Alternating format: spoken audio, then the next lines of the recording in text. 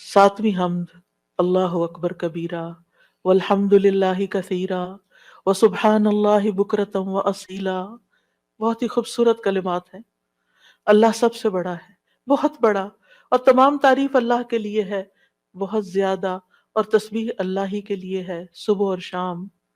ابن عمر کہتے ہیں ہم رسول اللہ صلی اللہ علیہ وسلم کے ساتھ نماز پڑھ رہے تھے کہ لوگوں میں سے ایک آدمی نے کہا اللہ اکبر کبیرہ والحمد للہ کثیرا وسبحان اللہ بکرۃ واصیلا، تو رسول اللہ صلی اللہ علیہ وسلم نے فرمایا یہ اس طرح کے کلمات کہنے والا کون ہے؟ تو لوگوں کی جماعت میں سے ایک آدمی نے عرض کیا اللہ کے رسول میں ہوں۔ آپ نے فرمایا کہ مجھے تعجب ہوا کہ اس کے لیے آسمان کے دروازے کھول دیے گئے، یعنی ان کلمات کے لیے جو اس محبت اور شوق سے اس نے پڑھے۔ ابن عمر کہتے ہیں میں نے ان کلمات کو پھر کبھی بھی نہیں چھوڑا۔